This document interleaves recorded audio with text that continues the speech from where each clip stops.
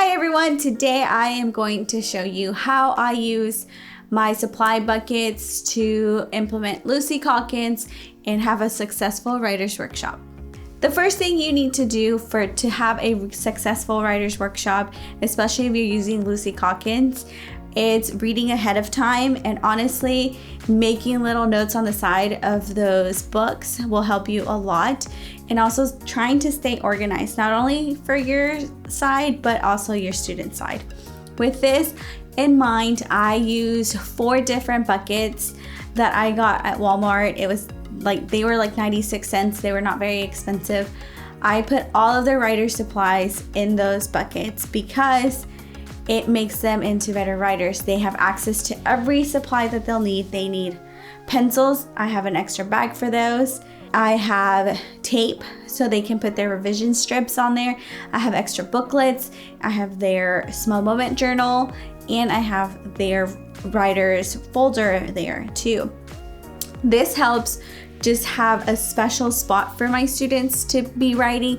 They know if they need anything, they can find it there, and they don't even have to think about it. So when I'm coming around having conferences with them, and if we need to make like a different edit, everything's right there. So it's easy access for the students and for myself. So we are into the second week of school, and we have started with the small moment unit, which is one of my favorite lessons in the Lucy Calkins second grade kit.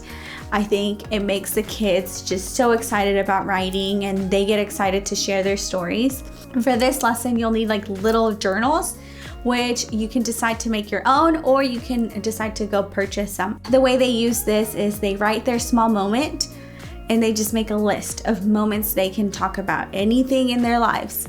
And then as these moments need to be stretched out, they move on to the booklets, which is really interesting how they are able to use their first grade strategies from Lucy Calkins and just implement them back.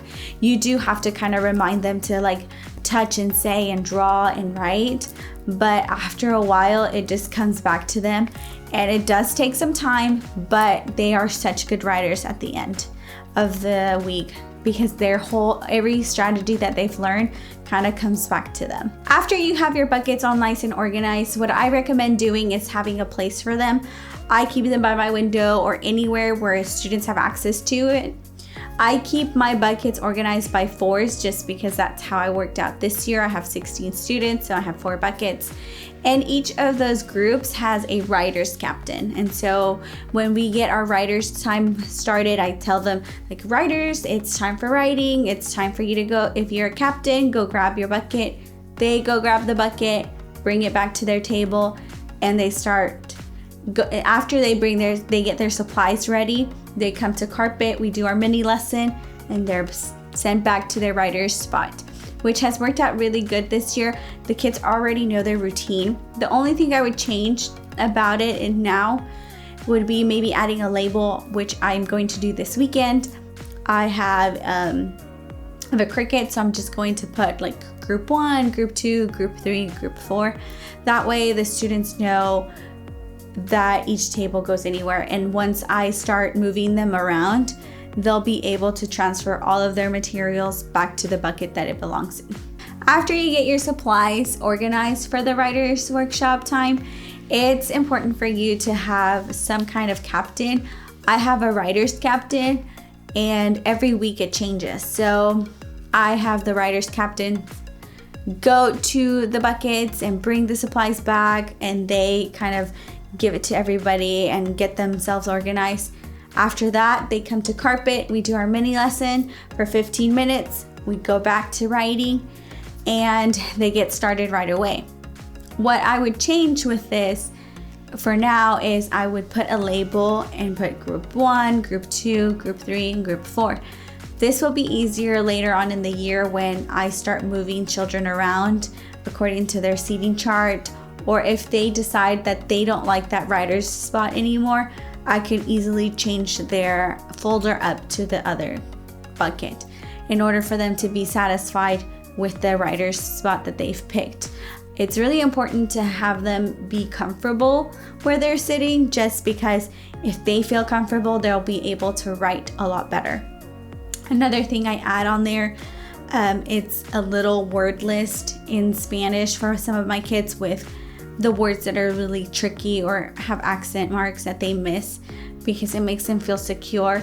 I won't be introducing that until later on in the unit, but I will be putting that in their writer's workshop folder too. This is the second year I have implemented Lucy Calkins in my second grade class, and it has turned out really, really amazing. Like, I am so surprised. I'm stunned every time I read how they begin their writer's notebook to the end.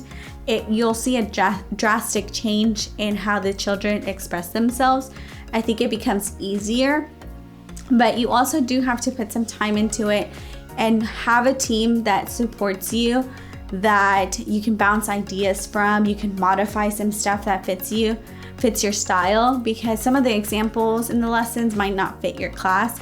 So you just have to make those little tweaks and make it your own.